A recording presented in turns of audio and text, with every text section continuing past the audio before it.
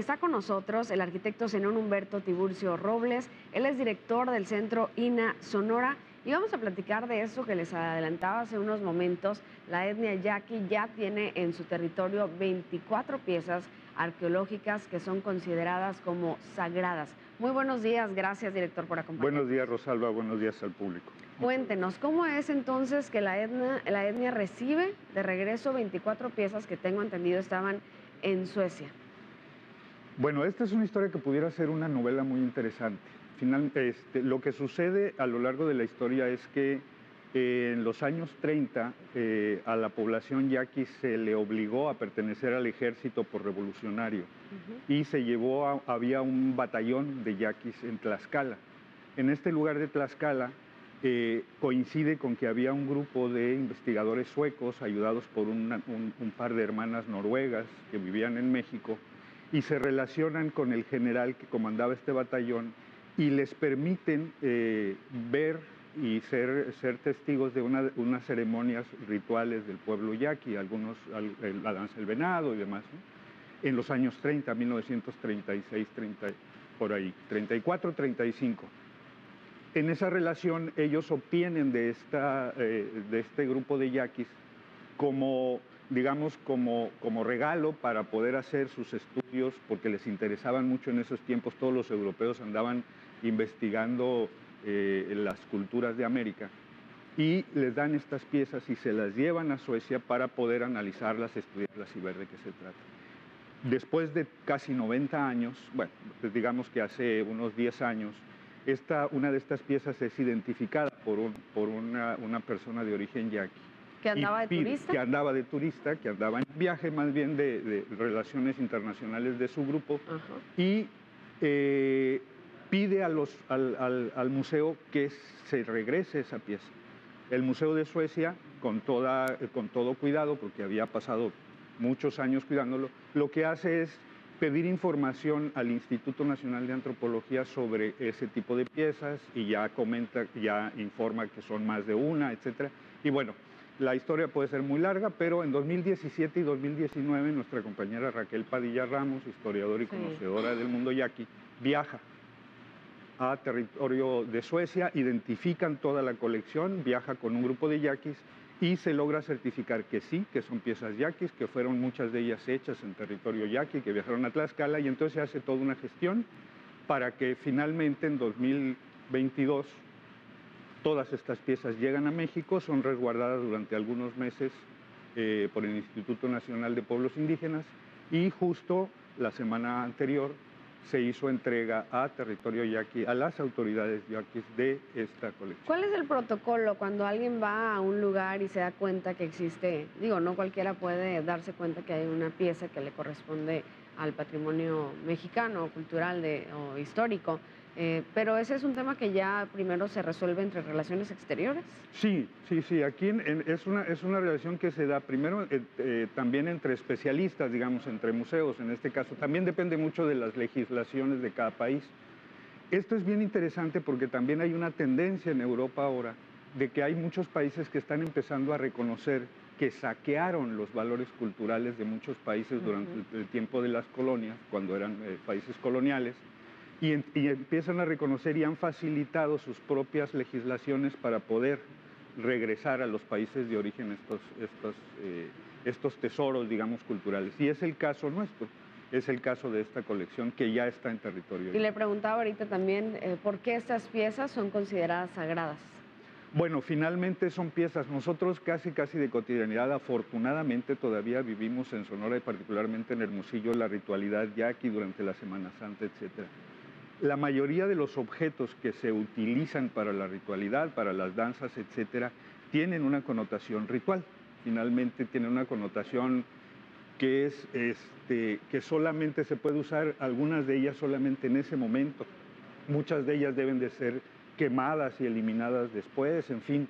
Hay toda una reglamentación, para decirlo en términos mestizos, digamos, que indica que son piezas que no son piezas para el adorno ni para el uso cotidiano. Entonces, estas piezas son indumentarias, partes de indumentarias de varios de los personajes, digamos, que nosotros conocemos en los ritos yaquis. Y una vez que son regresados, ahora, ¿dónde están específicamente?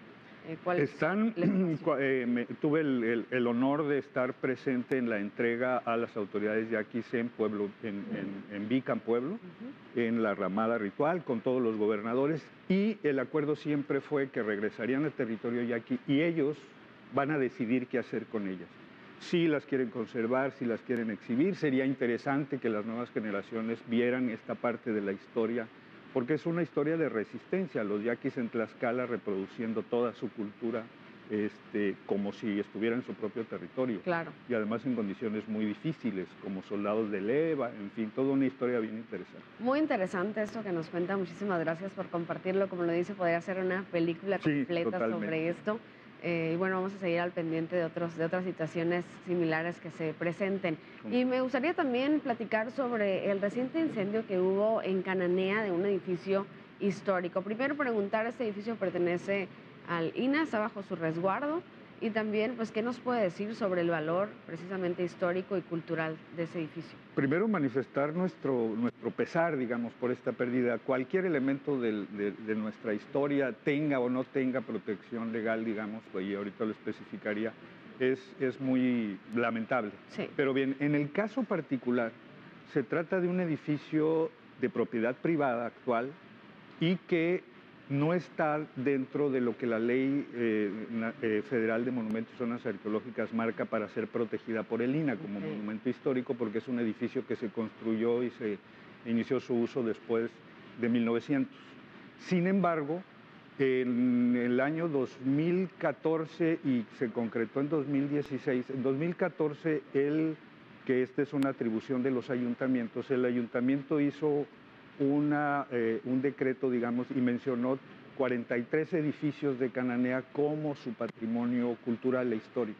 Y este era parte de... Y esta es aparte de este grupo. Desafortunadamente, por esta situación del abandono sucedió. Nosotros tenemos información de ese edificio porque en algún momento, en 2020, un particular, entendemos, un representante del propietario, intentaba hacer obras ahí para hacer alguna ampliación. Lo conocemos técnicamente bastante bien. Era un edificio maravilloso con una técnica de construcción muy particular y además todo de madera, por eso sucedió el incendio así. Y bueno, desafortunadamente sufrió muchos daños. Sin embargo, nosotros desde el instituto ya nos hemos puesto en comunicación tanto con Protección Civil como por el ayuntamiento. Estamos dispuestos a ayudarles a recuperar ese edificio. Al ser denominado patrimonio cultural por el tiempo de construcción, ¿cuál es el alcance que puede tener un instituto como el INA? Nosotros lo que haríamos sería asesorar los proyectos que se pudieran hacer. Digamos que no podemos aplicar, aquí correspondería y ya también hemos notificado al Instituto Nacional de Bellas Artes, porque entonces entraría en la categoría de un bien cultural artístico, digamos, según la ley federal. Sin embargo, nosotros, insisto, estamos muy dispuestos, ya lo hemos comunicado.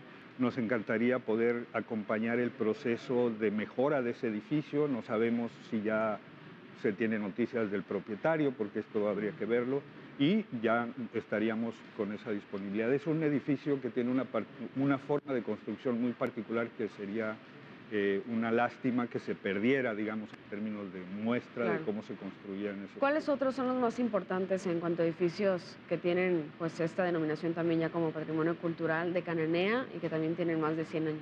Miren, todos los que fueron construidos en esa época, sobre todo en la parte del centro histórico, por supuesto la Casa Green y todos estos edificios que fueron construidos con un fin utilitario, que fueron construidos en el siglo XX, pero que tienen connotaciones culturales, que esta es otra forma que nosotros los tratamos de proteger. Son edificios que tienen un alto valor cultural, sobre todo para la población, y creemos que no habría que descuidar. Claro, muy interesante pues, lo que nos menciona y conocer pues el valor histórico de cada uno de estos edificios. En esta ocasión pues lamentablemente sucede este incendio de uno de ellos y pues importante también que la población siga uniéndose al cuidado, a exigir también tanto a propietarios como a quienes estén en su alcance el cuidado y preservación de estos pues esas construcciones y edificios tan importantes. Sí, y tomar medidas por las autoridades. Finalmente, la ley federal marca que las autoridades municipales son como el primer respondiente ante el cuidado del patrimonio cultural. Muy importante este dato. Las autoridades municipales, los primeros respondientes ante este tipo de edificios. Bueno, con esto vamos a ir a una pausa, agradeciendo por supuesto esta información, arquitecto. Muchísimas gracias y estamos a la disposición. Es el arquitecto Zenón Humberto Tiburcio Robles, director del Centro INA